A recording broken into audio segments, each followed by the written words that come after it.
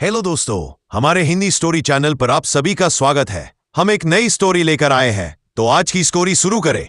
अगर आपको पसंद आए तो हमारे वीडियो को एक लाइक करें और चैनल को सब्सक्राइब करें और वीडियो को ज्यादा से ज्यादा शेयर करें। रहस्यमयी हवेली की दास्तान। छोटा सा परिचय। कहानी एक पुरानी हवेली के इर्द गिर्द घूमती है जिसमें अजीब घटनाएं घटती है। एक युवा लेखक अनिरुद्ध इस हवेली की कहानी लिखने आता है और उसे अजीब अनुभव होते हैं। अनिरुद्ध का दिल हमेशा से ही रहस्यमयी कहानियों की ओर खिंचता रहा है। जब उसे एक प्राचीन हवेली के बारे में पता चला जो एक छोटे से गांव में स्थित थी, तो उसका लेखक मन उत्सुक हो उठा। वह जानता था कि यह का एक आदर्श विषय हो सकता है। हवेली बहुत ही पुरानी थी और स्थानीय लोग कहते थे कि वहां रात के समय अजीब अजीब आवाजें आती है। अनिरुद्ध ने तय किया कि वह वहां जाएगा और इस रहस्यमयी जगह के बारे में खुद पता लगाएगा। पहले दिन जब अनिरुद्ध हवेली पहुंचा, उसने देखा कि हवेली के चारों ओर घना जंगल था। हवेली के मुख्य दरवाजे पर एक बड़ा ताला लगा हुआ था, लेकिन अजीब बात यह थी कि दरवाजा खोलने के लिए चाबी पहले से ही ताले में लगी हुई थी।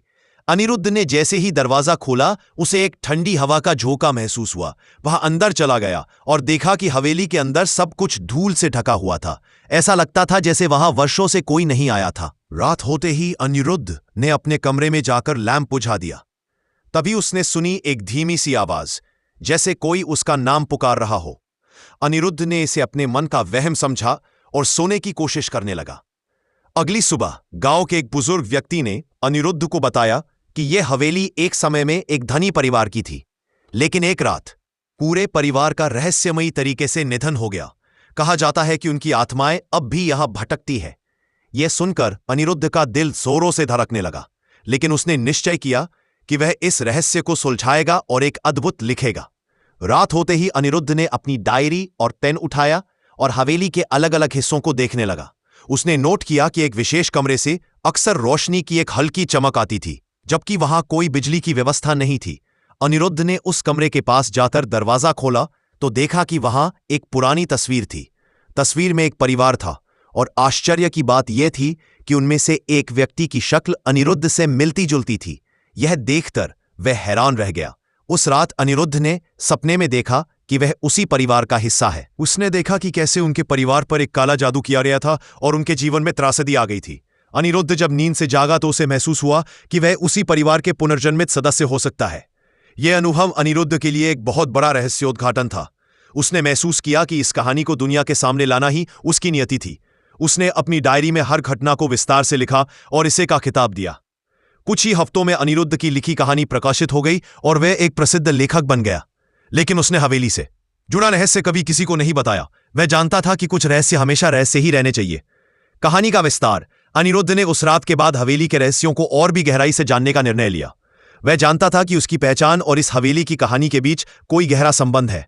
उसने गांव के और भी लोगों से बातचीत करना शुरू किया और कुछ पुराने दस्तावेजों की खोज में जुट गया। कुछ दिनों बाद गांव के पुस्तकालय में उसे 19वीं शताब्दी के कुछ दस्तावेज मिले। इन दस्तावेजों में हवेली के पूर्व मालिकों के बारे में लिखा था। दस्तावेजों से पता चला कि हवेली के मालिक विक्रम सिंह थे, जो एक प्रभावशाली जमींदार थे। उनका परिवार बहुत समृद्ध था, लेकिन उनकी अचानक मृत्यु ने सभी को चौंका दिया था। अनिरुद्ध को यह भी पता चला कि विक्रम सिंह के परिवार पर किसी ने काला जादू किया था।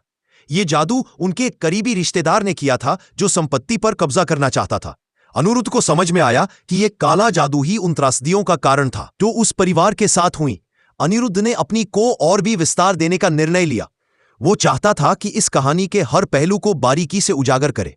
उसने ये भी महसूस किया कि इस कहानी के जरिए वह उन आत्माओं को शांति दे सकता है जो वर्षों से इस हवेली में भटक रही थी।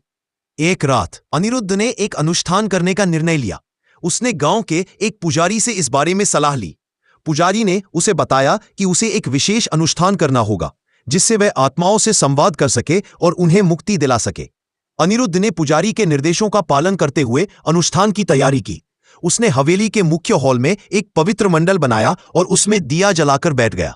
वह मंत्रोच्चार करने लगा और धीरे धीरे एक रहस्यमयी ऊर्जा महसूस करने लगा। अचानक उसने देखा कि हॉल में एक धुंधली आकृति प्रकट हुई। यह विक्रम सिंह की आत्मा थी।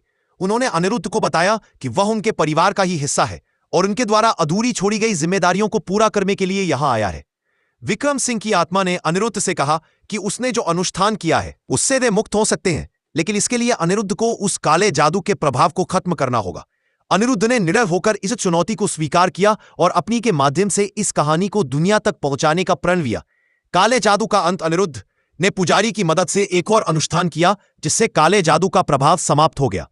जैसे ही अनुष्ठान समाप्त हुआ, हवेली के चारों ओर की नकारात्मक ऊर्जा गायब हो गई और एक शांति का अनुभव हुआ। विक्रम सिंह की आत्मा ने अनिरुद्ध को धन्यवाद दिया और कहा कि अब उनका परिवार शांति से रह सकता है। अनिरुद्ध ने महसूस किया कि इस अद्भुत अनुभव ने न केवल उसकी कहानी को समृद्ध किया, बल्कि उसकी आत्मा को भी एक नई दिशा दी। अनिरुद्ध ने इस अद्वितीय अनुभव को अपनी कहानी का हिस्सा बनाया और इसे प्रकाशित किया। केवल एक सर्वश्रेष्ठ विक्रेता बनी, बल्कि अनिरुद्ध को एक प्रसिद्ध लेखक के रूप में स्थापित किया। हवेली अब एक शांतिपूर्ण स्थान बन चुकी थी, जहां अनिरुद्ध ने अपने जीवन के सबसे अनमोल क्षण बिताए थे। उसने इस अनुभव से सीखा कि कभी-कभी हमारे अतीत के रहस्य हमारी वर्तमान पहचान को आकार देते हैं।